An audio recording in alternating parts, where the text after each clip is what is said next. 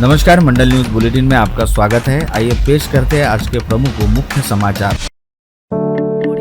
राज्य सरकार ने नया नागपुर बसाने के लिए 300 करोड़ रुपए की राशि मंजूर की है। राजस्व मंत्री चंद्रशेखर बावनकुले ने बताया कि प्रोजेक्ट के लिए आवश्यक जमीन अधिग्रहण की प्रक्रिया शुरू कर दी गई है। किसानों को प्रोत्साहित करने के लिए बावनकुले ने घोषणा की कि नया नागपुर के लिए जमीन देने वाले किसानों को प्रति एकड़ 15,000 वर्ग फीट का प्लॉट मुफ्त में दिया जाएगा। इसके अलावा जमीन का मुआवजा भी नई दरों के अनुसार दिया जाएगा। यह प्रोजेक्ट मुख्य रूप से हिंगना तहसील अंतर्गत दोगांव क्षेत्र में संचालित होगा। शासन प्रशासन स्थल पर दावा किया गया है कि नया नागपुर का निर्माण कार्य शीघ्र होगा।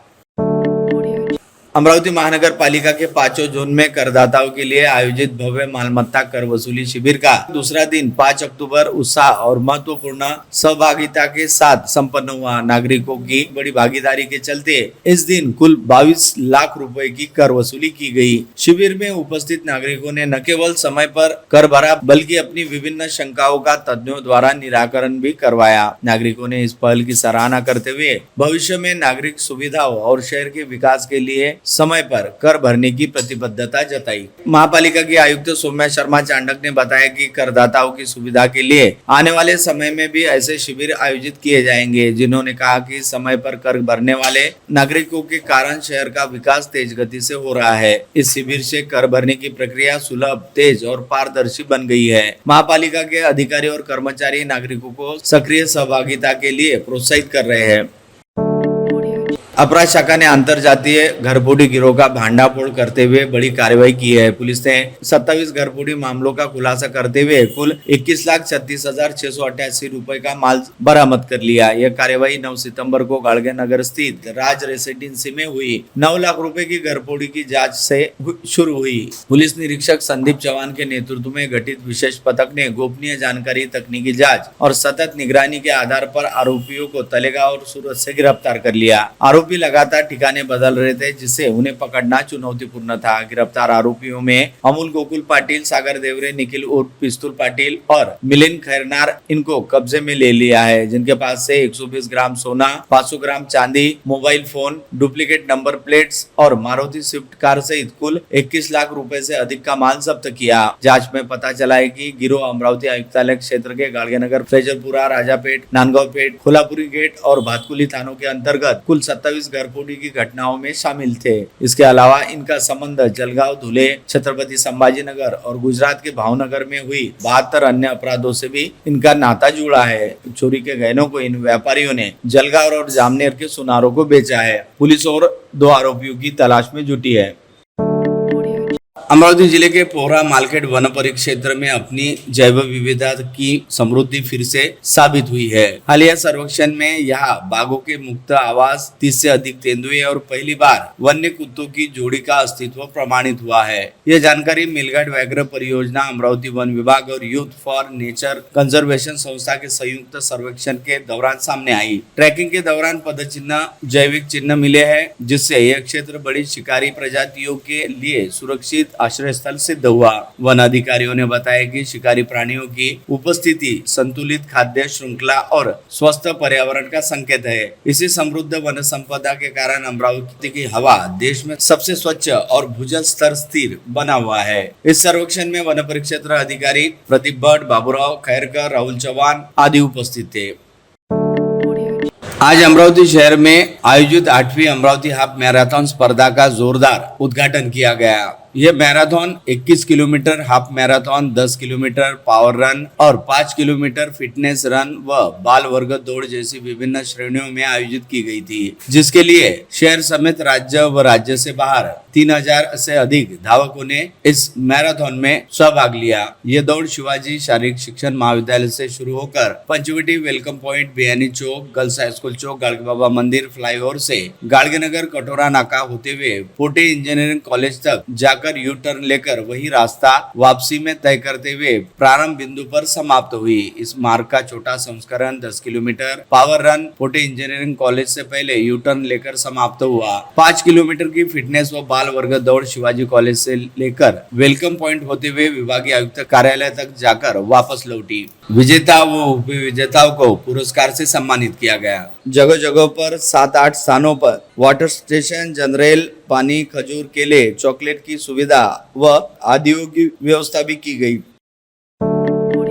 राष्ट्रीय स्वयंसेवक संघ के अजय नवघरे ने धामनगांव विजयादशमी उत्सव में कहा कि दुर्बल रहना पाप है, हिंदुओं संगठित होकर राष्ट्र निर्माण में योग देना चाहिए। उन्होंने शस्त्र पूजन और हिंदू जीवन पद्धति के महत्व पर जोर दिया। कार्यक्रम में जिला संचालक विपिन काकड़े, नगर कार्यवाहक चेतन पोड़ और कई पदाधिकारी उपस्थित थे। उत्सव के पूर्व सैकड़ों स्वयंसेवकों का पथ संचलन निकाला गया, जिसका पुष्प वर्षा के साथ स्वागत किया गया।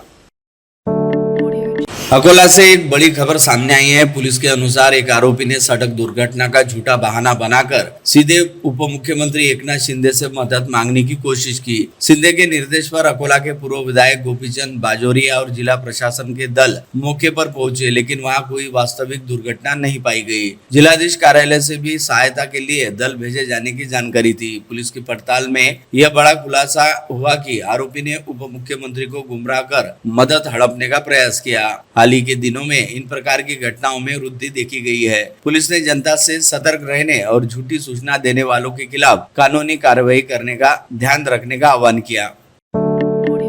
अकोला पुलिस ने नशीली दवाइयों के खिलाफ बड़ी कार्रवाई करते हुए 2 आरोपियों को गिरफ्तार किया है। यह कार्रवाई रिलायंस बाईपास स्थित प्राप्ति होटल के पास हुई, जहां सफेद रंग की बलेनो कार से आरोपी शिवपुर आरिफ खान और अनिश खान को पकड़ा गया। पुलिस ने आरोपियों के पास से लगभग 24 ग्राम एमडी ड्रग, जिसकी कीमत करीब 2.36 लाख रुपए आकी गई है, जिसको जब्त किया गया। यह कार्रवाई पुलिस निरीक्षक के मार्गदर्शन में लता फट और प्रदीप पाडवी की टीम ने की। आरोपी कारंजा शहर के निवासी बताए गए हैं। उनसे आगे की पूछताछ जारी है, ताकि यह पता लगाया जा सके कि ड्रग कहां से आई थी।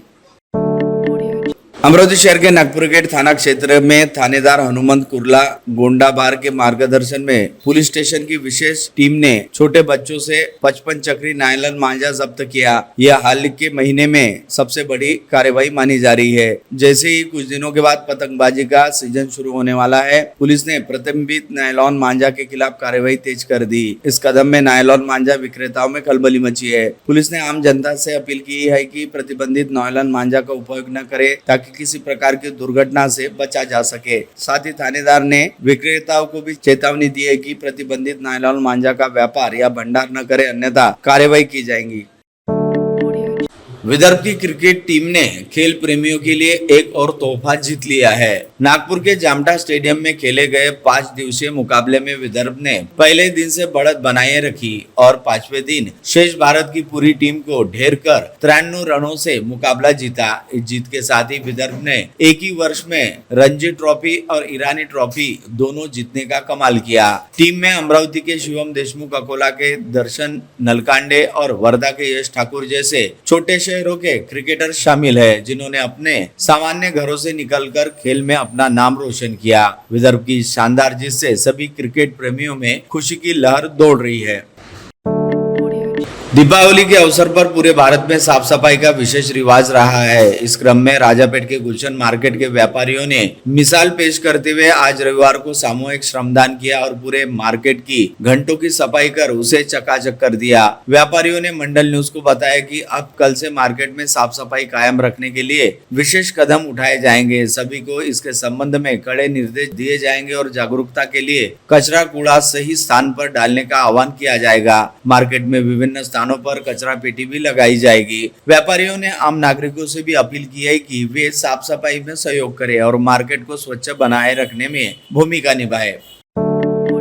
अमरावती का 16 वर्षीय साइकिटिस्ट सुजल कोहले विश्व कीर्तिमान बनाने की दिशा में निकल पड़े हैं। सुजल कन्याकुमारी से श्रीनगर तक 3600 किलोमीटर की लंबी यात्रा पूरी करने का प्रयास कर रहे हैं। सूरज को आज सुबह साइकिलिंग एसोसिएशन के अध्यक्ष डॉक्टर चंद्रशेखर कुलकर्णी, पदाधिकारी अतुल कलमकर और अन्यों ने शुभकामनाएं दी और विदाई दी। सुजल ने मंडल न्यूज को बताया कि पिछले 1 वर्ष से वह इस अभियान की तैयारी कर रहे हैं और इस समय बड़े आत्मविश्वास के साथ नजर आ रहे हैं। सुजल ने कहा कि वर्तमान में 3600 किलोमीटर को फास्ट राइड का विश्व रिकॉर्ड 17 वर्षीय युवक के नाम है, जिसे वे अक्टूबर से शुरू होने वाले इस अभियान को तोड़ने का प्रयास करेंगे। सुजल ऐसे पहले व्यक्ति होंगे जो साउथ से नॉर्थ साइकिलिंग करेंगे, जो तकनीकी और शारीरिक रूप से चुनौतीपूर्ण है।